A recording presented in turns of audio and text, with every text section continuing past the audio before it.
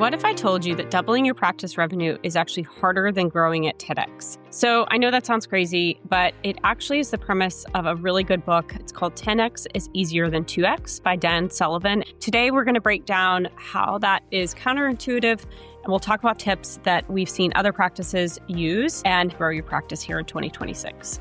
Welcome to NatRevMD, a podcast where we share tips on optimizing medical billing and improving practice efficiency so you can have the business of your dreams. I'm your host, Dr. Heather Signorelli, founder of NatRevMD. Let's get started.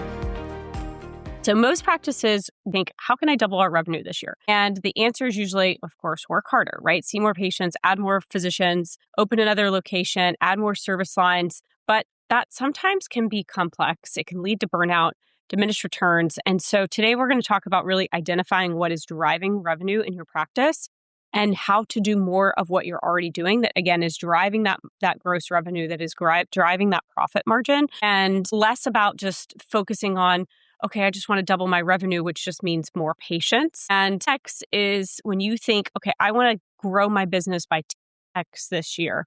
It is so big, so impossible that you feel like you just can't achieve it by working harder. So it forces you to step back and actually ask different questions, right? It's not, okay, how do I double my patient volume? It's who do I need to become or who do I need to hire to achieve this? And it forces you to eliminate basically everything else that isn't essential. And so today we're going to be talking about that 10x mindset when it comes to your practice, and highly recommend this book. It's an easy read or easy listen. The core concept of the book is basically that it's easier or just as easy to achieve 10x growth than it is to go 10x.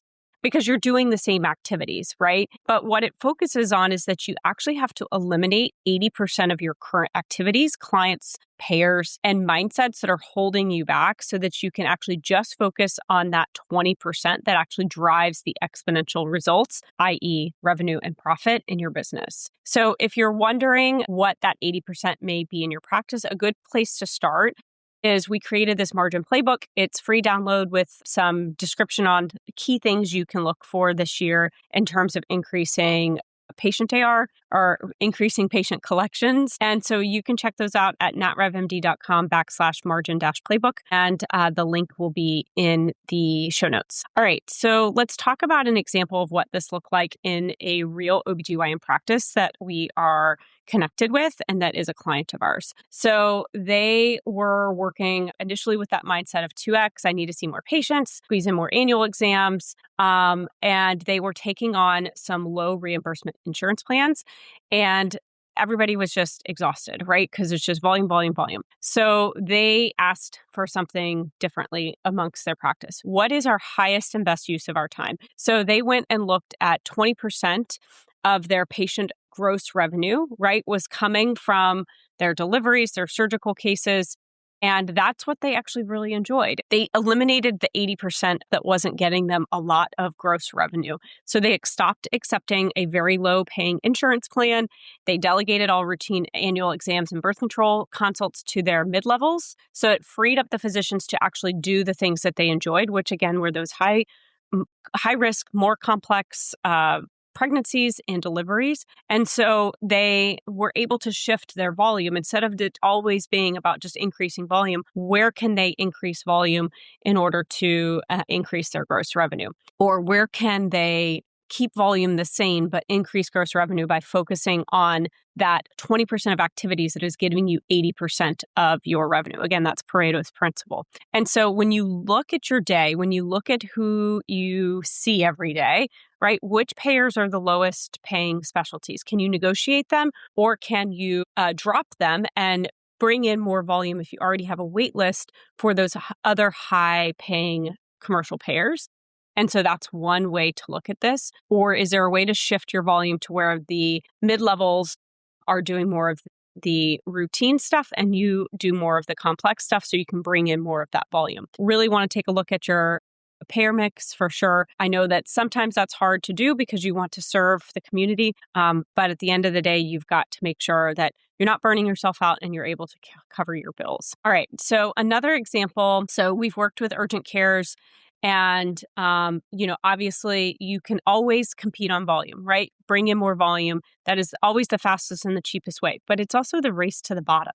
And so one of our urgent carers that we've worked with, who's a client of ours, they were really in the mindset of 10X. And so they realized that if they really focused on negotiating their payer rates, they had some capitated rates that they could go after in terms of increasing those, contacting the payers, sitting down with them, creating some win-win situations to increase those capitated rates, and then also auditing that capitated rate to make sure that they're not missing, a $30,000 check because they're only processing half of their claims.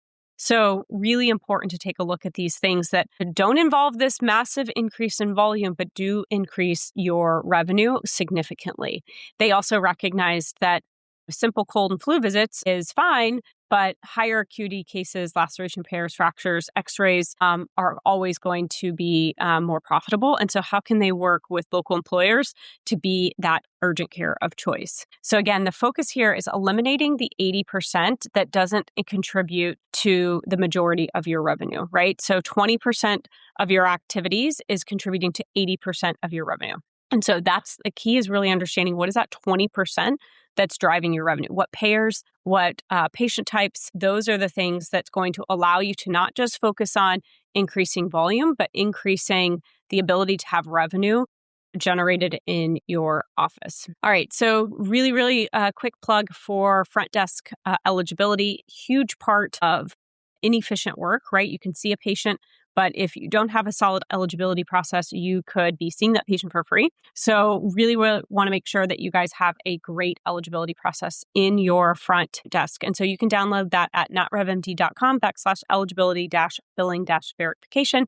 Again, link in the show notes. Next, let's kind of talk about 3 steps that you can take this week to really identify areas of opportunity. So we're going to focus on identifying that 20% of activities, again, that is driving 80% of your revenue. So that's really looking at your gross revenue, looking at that 80%, and then understanding what are the top 3 payers, procedures, patient types that generate the majority of your revenue, and also profit margin as well. And so get really brutally honest about this. And so again, if you have a couple really low paying payers, what happens if you were to drop those? Now you do have to kind of manage, okay, if I drop those and they're a big payer, big percentage of my volume, what is that going to do to gross revenue?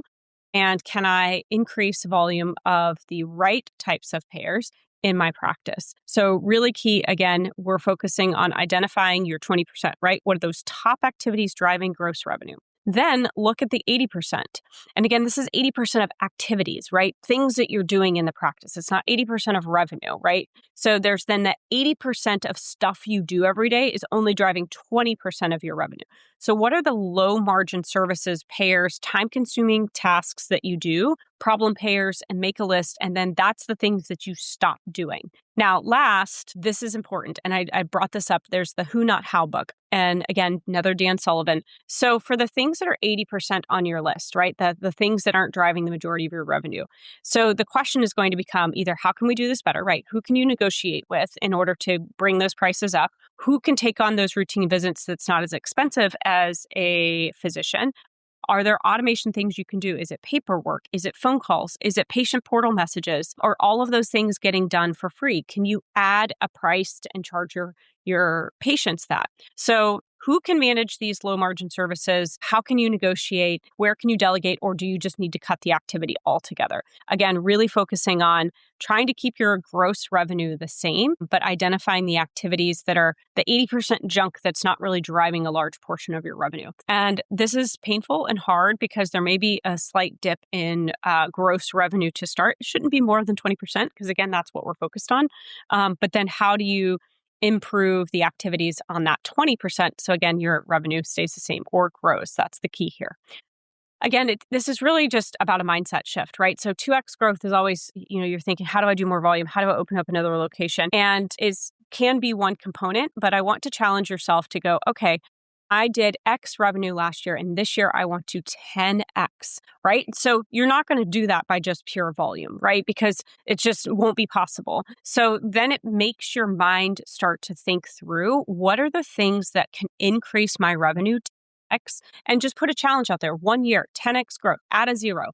It's going to allow you to start identifying your unique 20% activities that are driving 80% of your revenue, and either eliminate or delegate the rest of that 80% to someone else or get it off your books. So action plan here is first, identify that 20%, right? Find your highest and best use of your time that's leading to gross revenue in your business.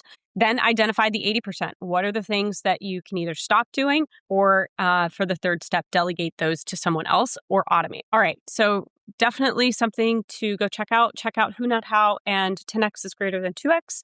Some favorite books, easy to read. And I think for whether you're leading a department or leading a large, medium-sized practice, this is the key to helping kind of change how you think about your business. All right. Hope you have a great rest of the week. And if you are practice doing over 100 a month and you're ready to explore a new medical billing partner, head on over to notrevmd.com. We are more than just a revenue cycle. We are a strategic partner. And if you click on the top right-hand corner, you can check and see if you can do a free metric audit. All right. Talk to you soon.